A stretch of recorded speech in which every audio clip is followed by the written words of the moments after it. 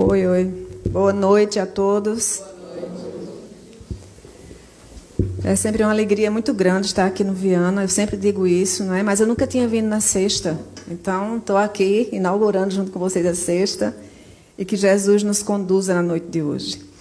E é interessante, gente, porque a gente não combina quase nada antes. A gente combina o tema, né, da palestra, obviamente, mas a gente não combina o que vai dizer. E eu estava ali sentadinha achando muito interessante, porque parece que a gente combinou o que ia dizer. Na música, a gente tinha pare, pense na vida, faça perguntas, procure saber, né? E esse tema que a gente vai discutir hoje, a gente vai trazer muitas provocações nesse sentido, dos questionamentos que a gente precisa fazer, para que a gente chegue na tão sonhada evolução espiritual, não é? Na jornada evolutiva. E as tuas palavras parecia que a gente tinha combinado antes. Porque eu vou até economizar o que eu vou dizer, porque você já disse boa parte delas. Porque eu tenho sempre, gente, uma preocupação de fazer duas coisas nos conteúdos que eu trago para a gente conversar. A primeira delas é resgatar os ensinamentos de Jesus, não é? É trabalhar a codificação, trabalhar o evangelho sobre o espiritismo, para a gente lembrar daquelas orientações, das recomendações, dos caminhos que Jesus nos orientou para percorrer. E depois, o que é que a doutrina espírita diz sobre isso, sobre esses ensinamentos? E depois, será que eu compreendi realmente o que Jesus quis dizer? E por último, será que eu aplico esses ensinamentos de Jesus na minha vida? Não é? E se não aplico, quais são as dificuldades que eu tenho? Porque se a gente não conseguir internalizar aqueles ensinamentos e trazer para a prática do dia a dia, a gente vai demorar muito para evoluir, concordam? Não é? Então, a ideia é sempre incorporar tudo isso na nossa vida, para que a gente sinta o espiritismo na vida real que a gente vive. O espiritismo, a doutrina espírita, não é doutrina só. Não é só uma teoria que a gente vem para aqui, dá a palestra e está tudo certo. Não. Mas o nosso compromisso primeiro, antes de tocar o conhecimento, é tocar o coração. É da gente se ver diante daqueles ensinamentos. E depois sair daqui se perguntando, sim, e aí, o que é que eu faço com tudo isso que a gente acabou de ver aqui? Como é que isso melhora a minha vida? Como é que isso me melhora na minha existência? Então, a ideia é trazer os ensinamentos de Jesus e depois a gente vai contar uma historinha para a gente chegar até o quociente espiritual e a gente entender no que o quociente espiritual nos ajuda na nossa jornada evolutiva. Ok? Então, como sempre, eu vou precisar de uma ajudinha aqui de todo mundo. Quem me conhece do sábado ou de outros centros já sabe que eu sempre peço ajudinhas. Eu tenho uma amiga minha que disse, você está igual a Silvio Santos, né? Chamando as colegas de trabalho, os colegas de trabalho. Mas aí, na hora da ajudinha, vocês vão ajudar, certo? E eu não senti firmeza, não, aqui. Vão ou não, minha gente? Ah, agora dá certo. Muito bem, mas são ajudas super fáceis. Então, gente, vamos começar. A nossa vida é mais ou menos como essa ilustração, né? É um caminho, no caso, um caminho bonito, né, na plantação de trigos, mas que a gente não sabe exatamente onde vai dar, concordam? Não é? E nós estamos aqui tentando nos descobrir, tentando descobrir qual é a missão que cada um de nós tem aqui, porque, sim, nós não estamos aqui a passeio. Todos nós temos uma missão. E eu quero começar exatamente com uma questão do Evangelho de Jesus, que fala sobre isso. Jesus falava muito com parábolas, porque naquela época nós não tínhamos condições ainda de compreender o que ele dizia. Mas ele prometeu o Consolador que viria nos explicar tudo, não é? E o Consolador já nasceu, que é a nossa doutrina. Hoje nós temos condições de entender tudo. E naquela época Jesus disse, está lá no Evangelho segundo o Espiritismo em Mateus, né? Sede perfeitos, como o vosso Pai Celestial é. E aí tem duas curiosidades nessa colocação de Jesus. A primeira é, observem que ele não está convidando a gente. Ele não está orientando. É imperativo, né? Olha o verbo que ele usa. Ele diz sede. Então, nós vamos ser, não tem jeito. Inexoravelmente. Uns mais cedo, outros mais tarde, mas todos nós vamos atingir a perfeição. E a outra coisa curiosa é que ele diz como o Pai Celestial é. Aí tem um entendimento que a gente precisa pacificar. Porque nós não vamos ser perfeitos como Deus é. Porque Deus tem uma perfeição absoluta. A nossa perfeição é relativa. É até onde a perfeição do ser humano é capaz de chegar, como, por exemplo, o próprio Jesus chegou. Então, só para a gente entender um pouquinho o que o mestre quis dizer, certo? E o que é que ele entendia como perfeição? Ele entendia tudo isso aí. Amar os inimigos, porque ele dizia que amar os amigos é muito fácil, né? Perdoar os pecados, orar pelos que nos perseguem. Gente, é fácil isso? É ou não? Fácil. Vocês não estão querendo me ajudar? Não? Não? Porque se fosse fácil, nenhum de nós estava aqui. Não é? Se fosse fácil fazer tudo isso aqui, ó, nenhum de nós estávamos aqui mais reencarnados, talvez até a gente já tivesse atingido a perfeição. É muito difícil, é muito desafiador. Então, vejam, como cristãos e como seguidores do Cristo, a gente já tem o primeiro desafio aí, de um autoquestionamento, de uma autoprovocação, da busca pelo conhecimento. Por que é tão difícil? O que é que me falta? Ok? Então, agora posto, né, o primeiro desafio que a gente tem do autoconhecimento, eu vou fazer uma breve retrospectiva para a gente chegar no que é, tá certo? Que é o quociente espiritual, o QS. A maioria de vocês já deve ter ouvido falar do QI, que é o quociente de inteligência, né? A gente já ouviu muito falar do QI. E o QI, ele foi descoberto, ou melhor, elaborado, no início do século XX por esses dois psicólogos, Alfred Binet e Theodore Simon. E eles elaboraram esse teste para adaptar na aprendizagem de crianças, para avaliar o desempenho da aprendizagem das crianças.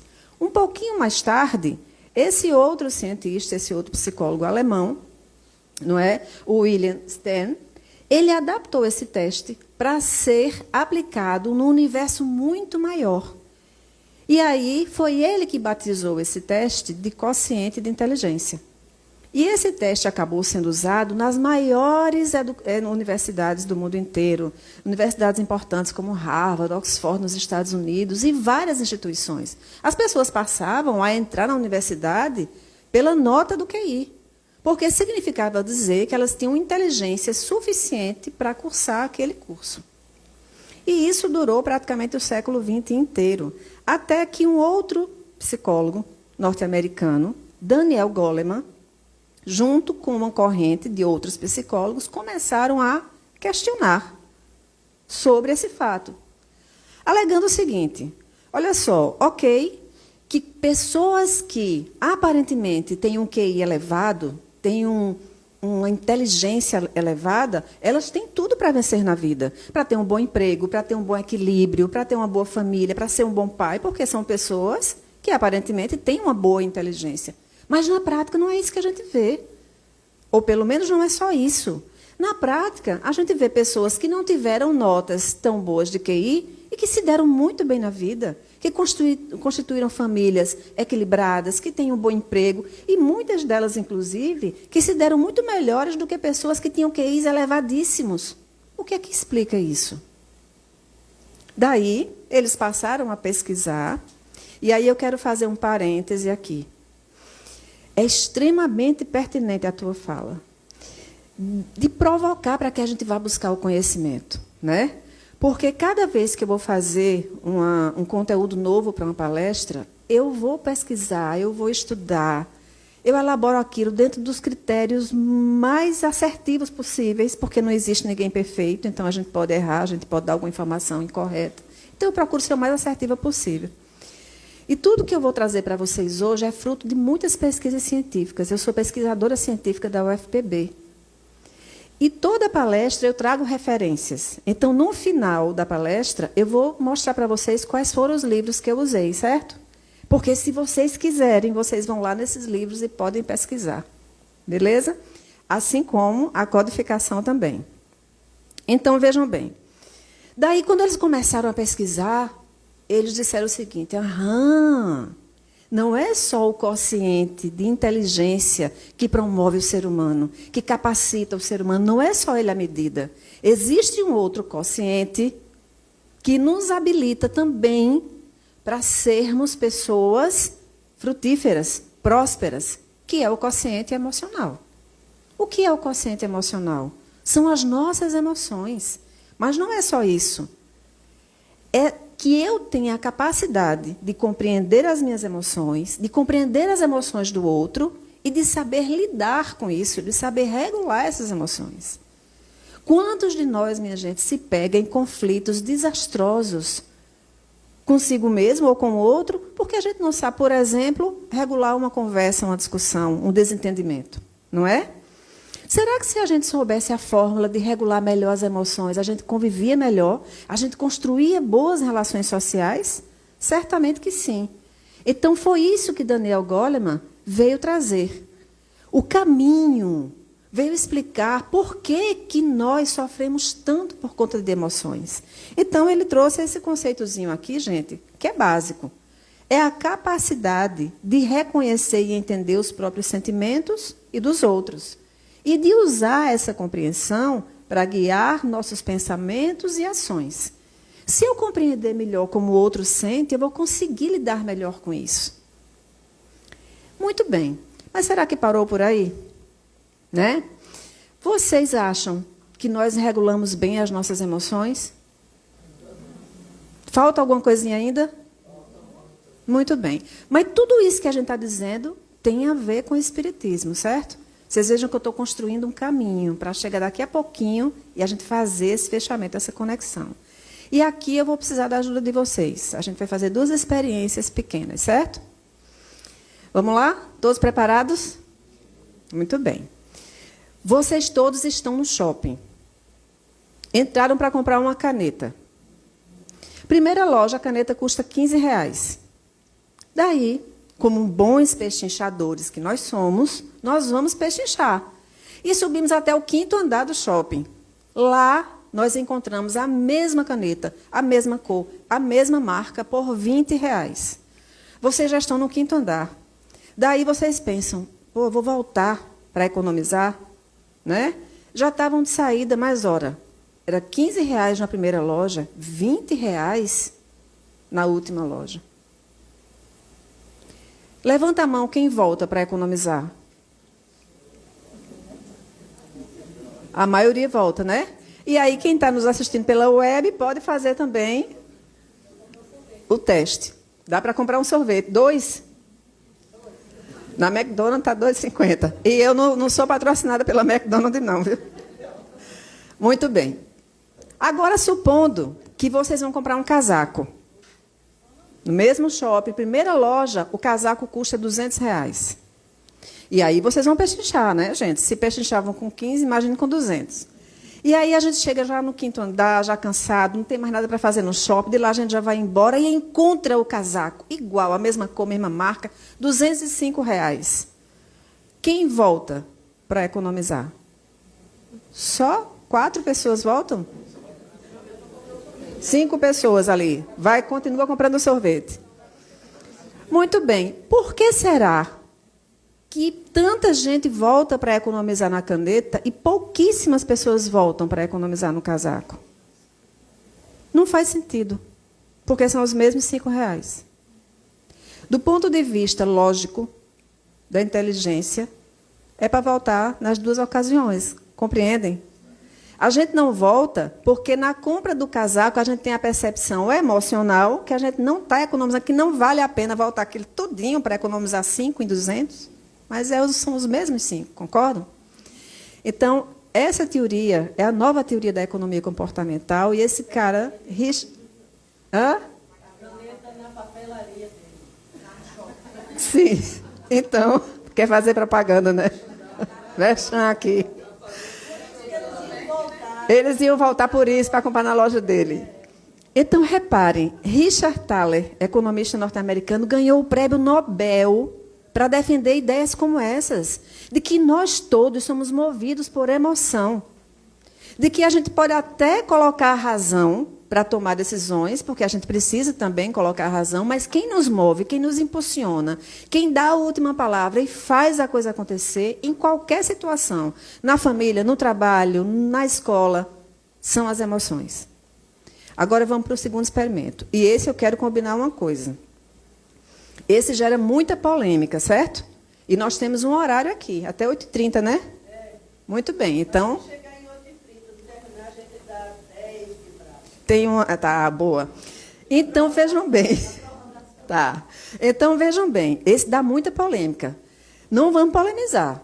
Na hora que eu falo sobre esse experimento, sempre tem alguém que diz, não, mas e se? Não tem e se, gente. Tá certo? Aqui é categórico, então bora lá. Quem aqui conhece o dilema do bonde? Levanta a mão, por favor. O dilema do bonde. Só você? Mais alguém conhece? Na internet, certamente alguém também deve conhecer. Então, se só você conhece, vai ficar quieto. Certo? Para não influenciar ela aí nas respostas. Muito bem. É um dilema bem antigo, o dilema do bonde, mas eu trago ele sempre em algumas palestras, porque ele representa bem alguns exemplos que a gente quer mostrar, e, nesse caso, é um bom exemplo. Então, vamos lá. Reparem. Este bonde está desgovernado. E não há nada que possa parar esse bonde. Sabe? Fica quieta. E vejam, a história é minha. Eu construí essa história. Então, na minha história, eu mando, certo, gente? Ok? Vocês estão lendo a história. Então, o bonde está totalmente desgovernado. Não há nada, absolutamente nada, que nenhum de nós possamos fazer para impedir esse bonde. E se ele seguir o seu curso, essas 5 pessoas que estão amarradas nos trilhos e elas vão morrer.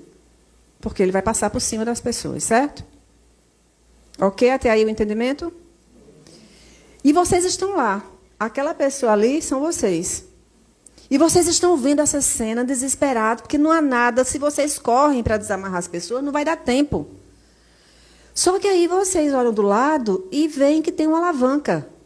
E uma alavanca com instruções de que, se vocês puxarem essa alavanca, o trem vai seguir a outra trilha. Estão vendo que tem logo aqui outra trilha? Ó? Estão vendo? Daí vocês dizem, pronto, vou puxar a alavanca e vou salvar essas 5 pessoas que fatalmente vão morrer.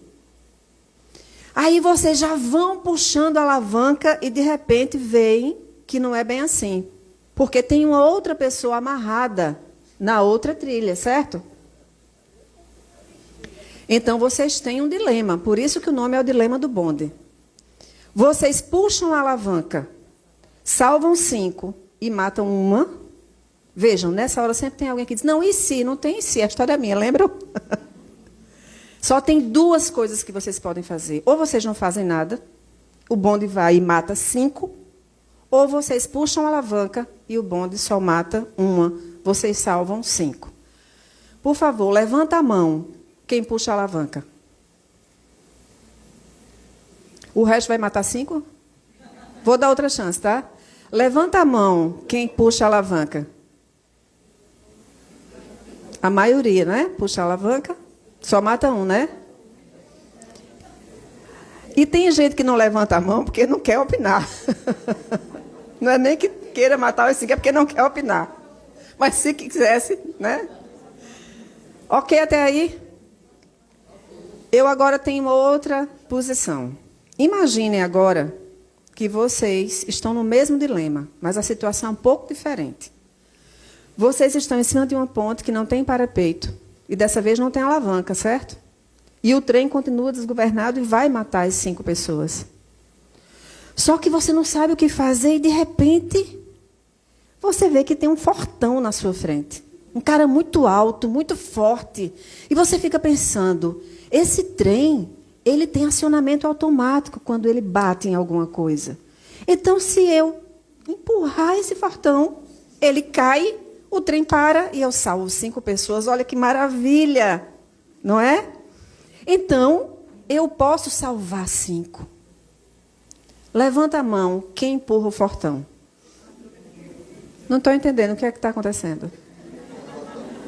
Só 3 agora, gente? 4? Aqui essa galera, ninguém empurra o fortão. Ele é seu cliente lá na livraria.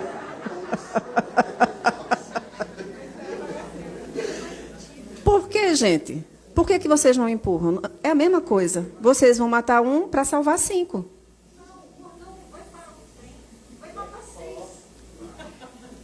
Reparem. O Fortão vai. Lembra, a história é minha, eu estou dizendo que ele vai. Então, por que vocês não empurram? Porque aqui, se lá na alavanca já existe a questão ética, a questão moral de botar a mão na alavanca e decidir pela morte de alguém, imagine empurrar alguém. O que está em jogo aqui nesse caso é o emocional. É a emoção que não me deixa empurrar a pessoa, botar a mão ali, saber que fui eu que empurrei aquela pessoa para a morte. Puxar a alavanca, puxa e corro, não olho nem para trás. Olhem só, a emoção governa nossas vidas. Porque eu voltando aqui, eu digo para vocês que esta pessoa que vocês, a maioria, decidiu puxar a alavanca e matar, quando vocês olham direito, quem é ela? Vocês não se perguntaram quem é essa pessoa? Aí vocês veem que é o filho de vocês, que é a mãe de vocês, que é o irmão de vocês. Por favor, levanta a mão quem puxa a alavanca agora. 3, 4 gatos pingados aqui, puxa a alavanca agora. O que é que mudou, gente? Agora, sabendo que é o filho, a gente não puxa a alavanca, mas a gente dá uma voadeira no Fortão, é ou não é? Dá uma voadora nele, né? Empurra até o Fortão, não empurra, não?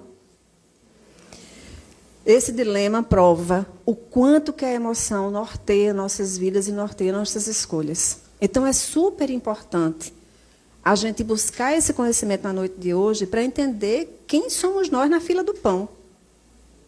Que tipo de comportamento nós somos convidados a ter quando Jesus nos coloca em um desafio, em uma situação difícil, que muitas vezes a gente tem que abrir mão daquilo que é valioso em detrimento do outro, em detrimento da vida e do meio. Será que nós estamos realmente preparados para o processo evolutivo? O que é que Jesus faria no nosso lugar aí? Claro que isso é uma alegoria, não é, gente? Vamos seguir. No final, a gente vai fazer um fechamento com esse dilema do trem, certo? Vou dar a solução para vocês. Vocês querem? Olha aí, todo mundo curioso. Ninguém sai daqui até o final. Vai até meia-noite aqui hoje. Muito bem. Acontece que, nesse interim, esse senhor, que é um neurocientista extremamente conhecido no mundo inteiro, Ramachandran, ele já trabalhava com pacientes epilépticos. E ele foi descobrindo um padrão curioso.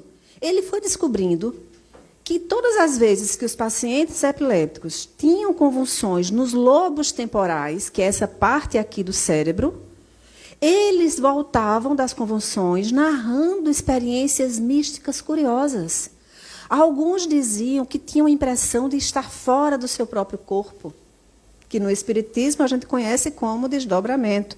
E não que eles estivessem em desdobramento, a gente não vai entrar nessa seara, mas eles narravam isso. Outros diziam que tinham encontrado com Deus. Outros diziam que não tinham encontrado, mas sentiam uma presença de um ser divino. E isso se tornou um padrão na maioria dos epiléticos que tinham convulsões nos lobos temporais, nesta parte aqui do cérebro.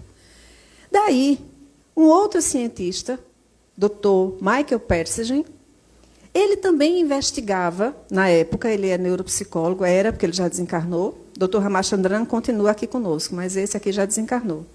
E ele decidiu fazer a pesquisa nele próprio. Então, na época, ele pegou um estimulador magnético transcraniano, que é um equipamento parecido com esse que está aí, está vendo, gente? Só que, obviamente, na época dele não era moderno como esse, né? Isso aí é só uma ilustração, para vocês saberem o que é o equipamento. Então, ele colocou o equipamento. Ele criou uma estimulação, ele gerou uma estimulação. Esse aparelho tem estimulações magnéticas e ele estimula determinadas áreas do cérebro. E ele estimulou esta região dos lobos temporais e ele passou pela mesma experiência que o Dr. Ramachandran percebeu nos epilépticos. Olha que coisa fenomenal. Então, ele narra, e aí por isso que eu coloquei ali, neuropsicólogo canadense experimentou Deus diretamente pela primeira vez, porque realmente foi uma experiência. Aquilo que os epilépticos passavam por questões naturais da própria patologia, ele provocou nele mesmo para fazer o teste. E ele também se sentiu como se estivesse na presença de um ser divino, de uma forma que ele diz que não sabe explicar. Depois disso, eles se reuniram. Decidiram se reunir, os dois cientistas, e aprofundar as pesquisas. E aí eles colocaram esse mesmo aparelho em dois grupos, em um grupo específico de pacientes. O que é que eles fizeram? Eles já tinham um grupo de pacientes epilépticos, que já passavam por essa experiência de forma natural, e eles convocaram, construíram uma amostra de pessoas saudáveis, que não tinham epilepsia. E eles exploraram essa experiência com essas pessoas saudáveis, para ver se nas pessoas saudáveis elas também passavam por essa experiência. E eles constataram que sim, que pessoas saudáveis, uma vez estimuladas nos lobos temporais, elas também passavam por experiências místicas, narrando que puderam ver Deus, da forma de cada um, obviamente, né, gente? Narrando que tiveram a presença de um ser divino que elas não sabiam explicar e trouxeram outras experiências que viveram. Então, não é coincidência. Existe um padrão científico verificado aí. Daí, eles deram o nome dessa localização cerebral, que entra em atividade elétrica cada vez que esses lobos são estimulados, do ponto de Deus.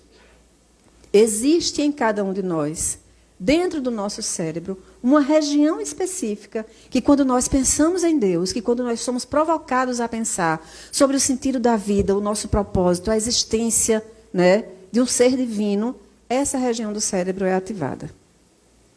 Ok? E depois eles passaram algumas pessoas no aparelho de ressonância magnética e identificaram que essa mesma área estava em atividade elétrica quando se provocava o sentido de Deus na vida das pessoas. Neste ínterim, lá no Nepal, numa região que é extremamente mística, passava as férias uma física quântica e filósofa chamada Dana Zohar. E essa mulher, ela tem uma história de vida interessante, porque ela sofreu muito. Os pais dela se separaram aos 3 anos. Depois, a mãe dela se suicidou logo cedo. Ela nunca conheceu o pai, perdeu a mãe, foi criada pela avó. Depois, ela foi criada por tio. Acabou que ela praticamente viveu a vida sem família. Casou, teve 2 filhos, e ela narra que ela nunca encontrou um sentido na vida até então. A vida dela não tinha sentido. E o mais curioso é que ela diz, como grande palestrante que ela é no Brasil inteiro, eu tive a oportunidade de assistir uma palestra dela aqui em São Paulo. Ela é uma sumidade no assunto. E ela diz, vários empresários de renome mundial me procuravam para dizer, Dana, eu não entendo. Eu tenho tudo. Eu tenho dinheiro, eu tenho uma família maravilhosa, eu tenho saúde e eu não sou feliz. Eu não consigo encontrar sentido na minha vida. Eu me pergunto o que é que eu estou fazendo aqui, eu não sei. E ela começou a ver que isso era muito mais frequente. E lembrou-se de Viktor Frankl, que foi um psicólogo que viveu nos campos de concentração nazista. Escreveu o livro Em Busca de Sentido. E ele dizia, quem não tem sentido na vida, quem não tem um propósito na vida, tudo vira fútil. Tudo é fútil, tudo é volátil. E ele chegou a essa conclusão porque, quando ele saiu dos campos de concentração, eu não vou narrar aqui a história dele, é motivo de outra palestra, ele se viu diante de um cenário que ele não conseguia compreender como ele tinha sobrevivido a tantos tormentos no campo de concentração nazista, gente, que você, lendo o livro dele, você sente na pele aqueles sofrimentos. E jovens que tinham tudo nas mãos, Universidade de Harvard, de Stanford, de Oxford, estavam tirando as próprias vidas. E ele descobriu que era isso. Aqueles jovens não tinham propósito de vida, não tinham sentido de vida. Então, qualquer dificuldade, qualquer coisa que a vida não entregasse, era motivo para abandonar a própria vida. Para quê? O que é que eu estou fazendo aqui?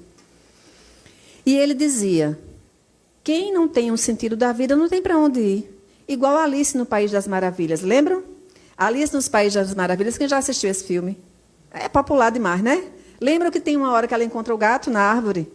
E aí ela pergunta para o gato, olha, eu estou perdida, me ajude aqui, para qual caminho eu devo ir? O que é que o gato responde? Se você não sabe para onde ir, qualquer caminho serve. Né? Se a gente não sabe para onde a gente está indo, se a gente não descobriu ainda a nossa missão aqui, nós estamos igual aquele homem naquela plantação de trigo. Concordam? Qualquer caminho vai servir. O que vai aparecendo na vida, a gente vai vivendo e vai matando, porque a gente não tem uma direção. Mas como não tem uma direção se Jesus veio há mais de 2000 anos dar essa direção? O que é que está faltando para a gente encontrar essa direção? Então, a Dana Zohar resolveu se juntar àqueles outros 2 cientistas, o Michael Pettis e o Ramachandran, e continuar a pesquisa com eles. E foi aí que ela desenvolveu o quociente espiritual. Porque ela chegou à conclusão de que o quociente de inteligência é ótimo, ele serve para que a gente possa avaliar tudo de forma lógica, de forma racional. O quociente emocional é um espetáculo, porque você conseguir compreender suas emoções, a do outro, e saber trabalhar com isso é muito bom. Mas se eu conheço tudo isso, se eu sei de tudo isso, e eu não tenho o quociente espiritual, eu vou fazer o quê com isso?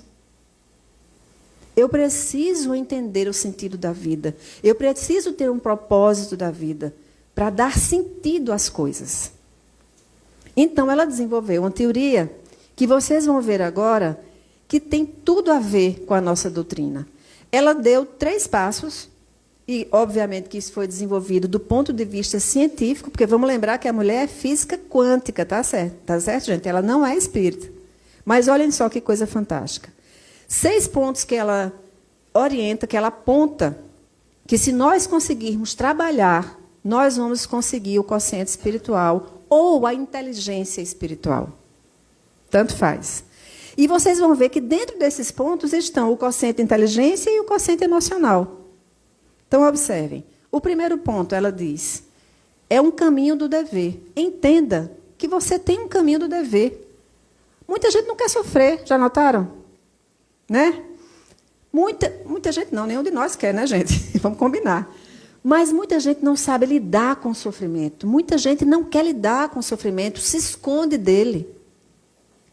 Então, a gente precisa entender, do ponto de vista da pesquisa dela, mas da orientação da nossa doutrina e de Jesus, que esse mundo é um mundo de prova e expiação. Nós ainda estamos aqui porque nós temos o que aprender. A gente não tem que sofrer, a gente tem que aprender. Todas as provas que vêm para a nossa vida, vêm para que a gente aprenda alguma coisa com aquilo, porque nós não aprendemos ainda. Por isso que as minhas provas são diferentes das suas e das suas, porque você precisa aprender uma coisa que talvez eu já saiba, e eu preciso aprender uma coisa que ela não sabe ainda, por exemplo. Então, cada um tem sua prova. Vamos encarar que nós temos deveres, e na hora que a gente encara isso e a gente assume, tá certo? A própria fragilidade, não é? A gente consegue lidar com os desafios muito melhor. A gente sai da zona de defesa. E ela diz, o segundo caminho é o caminho do cuidado e do carinho. Como nós vivemos num mundo de intolerância, de impaciência, de exigir do outro que ele seja o meu espelho? Quantas discussões são infrutíferas, geram conflitos desnecessários, porque eu quero que o outro pense como eu, que eu quero que o outro faça o que eu faria. Mas o outro é o outro. Isso vai me levar aonde? Eu não conheço nem a mim próprio. Eu não sei resolver nem os meus problemas direito. Como é que eu quero ditar o que o outro tem que fazer, gente? Então, quando a gente vai amadurecendo essas questões, seja carinhoso com o outro, procure entender as fragilidades e as vulnerabilidades dele, porque você também tem. E seja cuidadoso com a vida. Seja grato a tudo que a vida lhe dá.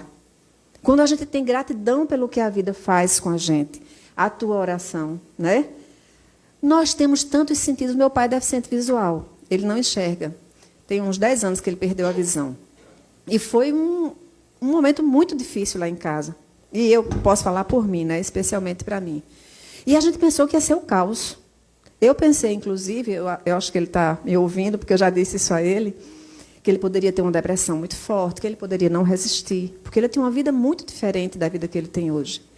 Mas foi o contrário. Meu pai, para mim, é uma referência. E isso não é apologia, não. É que realmente ele é, a gente tem que dizer o que é bom, né?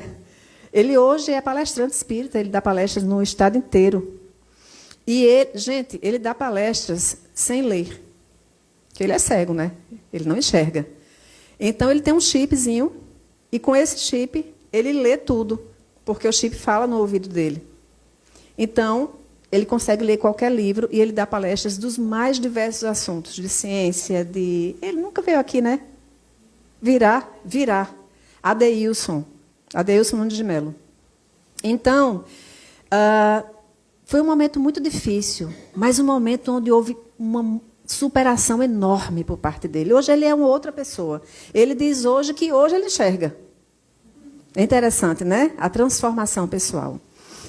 Um terceiro ponto que ela nos chama a atenção é o caminho do conhecimento. Observem. QI, né? Se a gente não for atrás do conhecimento, se a gente não for atrás dos questionamentos, a gente não vai conhecer, a gente só vai conhecer o que o outro diz. Então, a gente chega aqui como palestrante, fala, e se vocês não forem buscar o conhecimento, vocês vão tomar como verdade isso que eu estou dizendo aqui, é ou não é? E vão sair dizendo que é verdade. Só que outras pessoas também têm suas verdades, muitas vezes. Então, nós temos que promover o nosso autoconhecimento. Sem o autoconhecimento, a gente não chega à evolução. E eu não estou falando de conhecimento acadêmico. Chico Xavier não tinha universidade. Divaldo Franco não tem universidade, certo? Alguém tem dúvida do conhecimento desses feras? Eu estou falando de autoconhecimento. Da nossa existência, do conhecimento existencial, do sentido da vida, do propósito. Porque quando a gente encontra ele, o conhecimento vem porque a gente vai atrás. Um quarto ponto, ela diz, o caminho da transformação pessoal. Eu dei o exemplo do meu pai, mas quantos exemplos a gente tem aqui? Não adianta a gente ter conhecimento, não adianta a gente ter propósito, ter carinho com as pessoas. Nada disso se a gente não colocar em prática para a gente mesmo. Vamos lembrar que Jesus, ele não foi um teórico. Jesus nos orientou, nos deu o caminho, mas ele foi especialmente um executor. Ele viveu o que ele disse, não foi? Ele deu exemplo.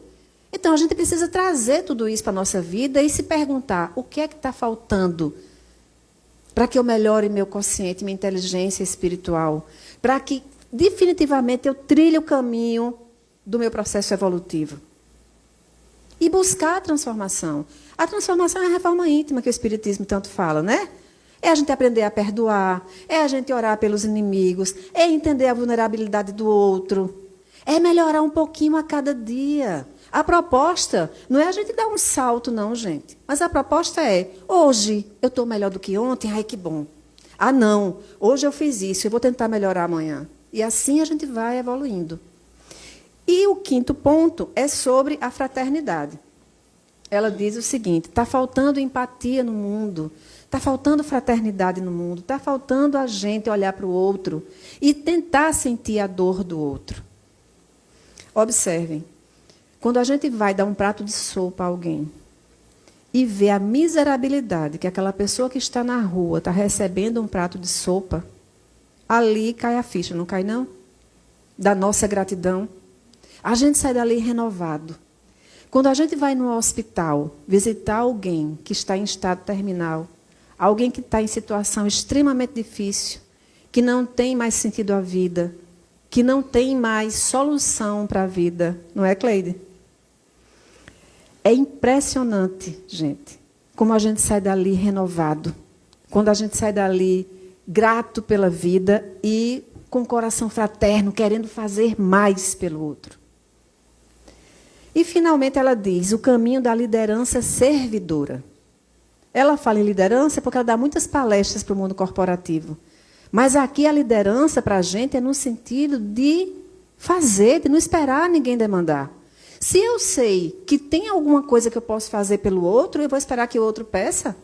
Se eu sei que eu tenho que fazer alguma coisa para melhorar alguma coisa em mim, eu vou esperar que alguém me diga ou eu vou levantar e vou fazer?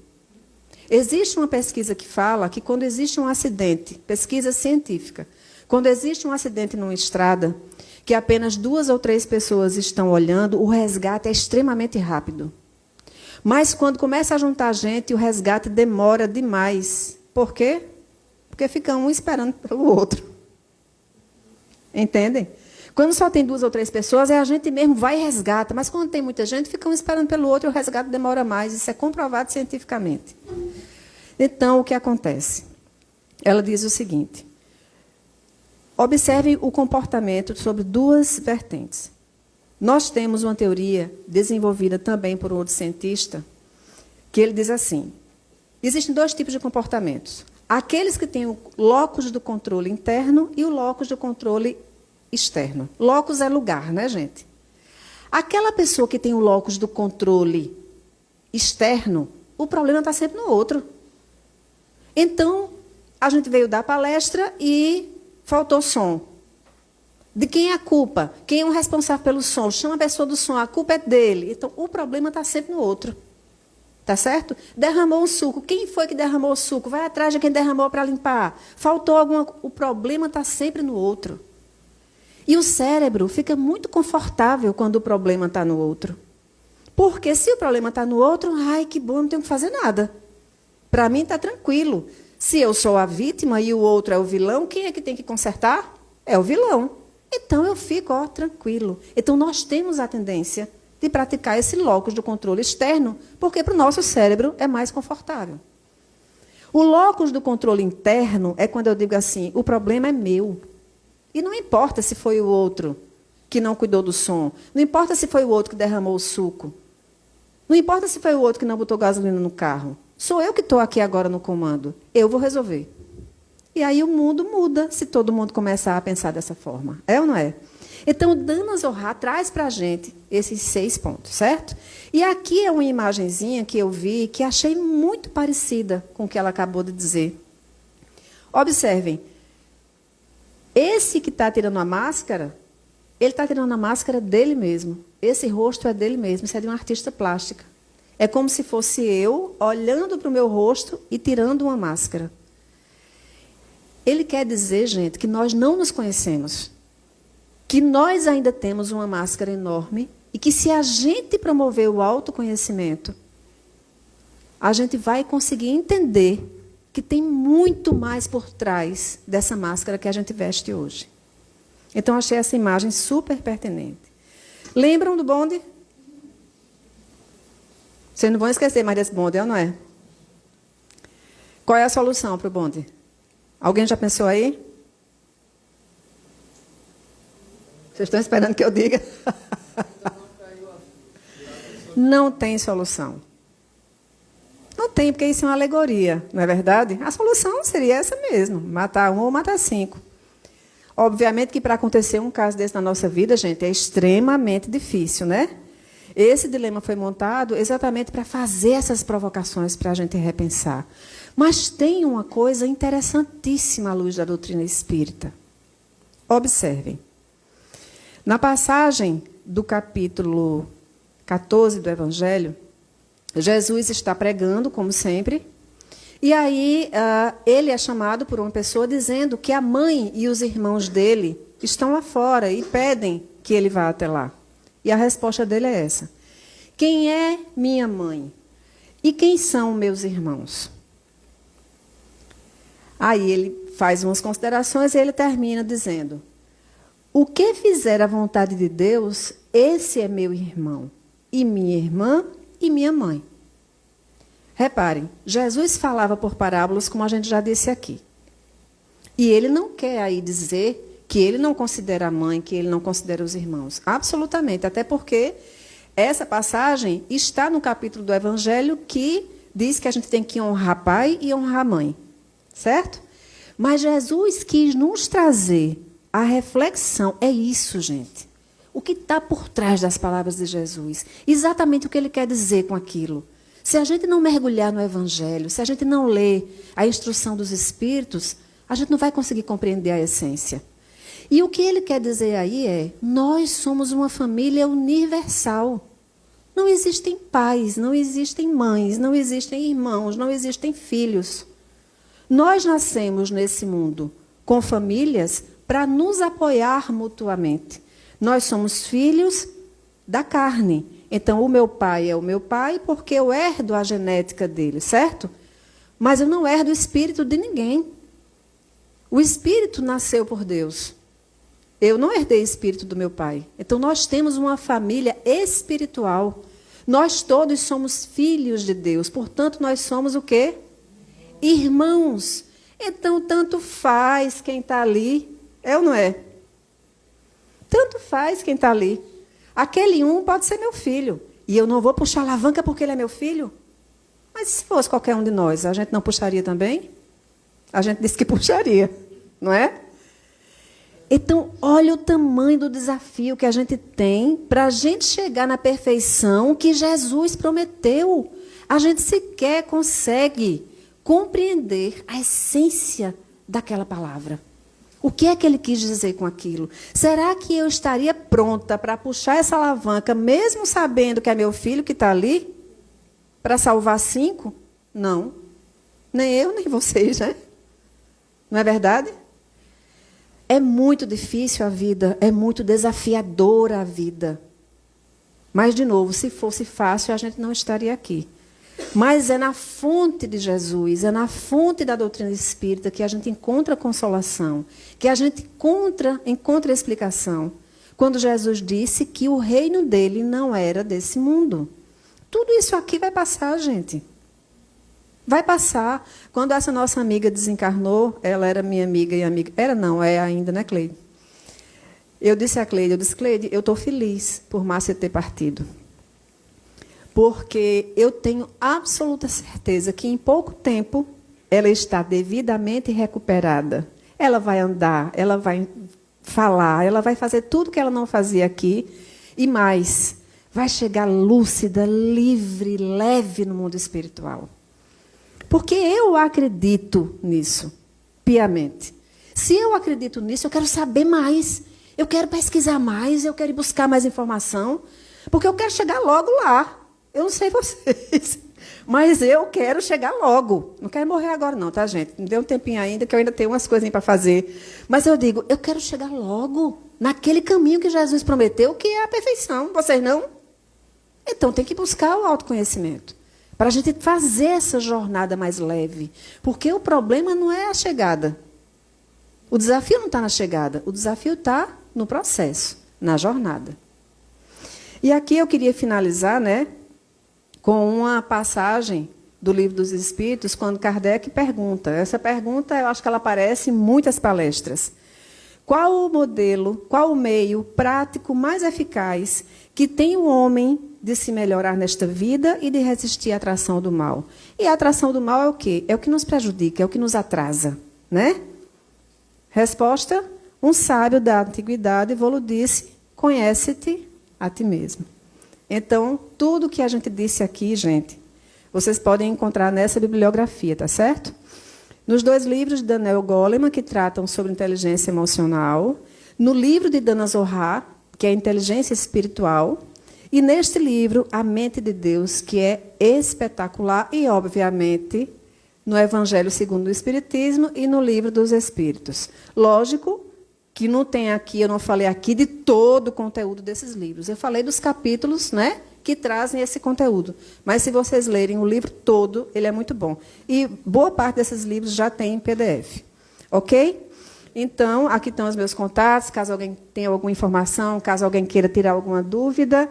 Estou à disposição sempre do Viana, agradecendo demais o convite. Para mim é uma alegria grande estar aqui sempre.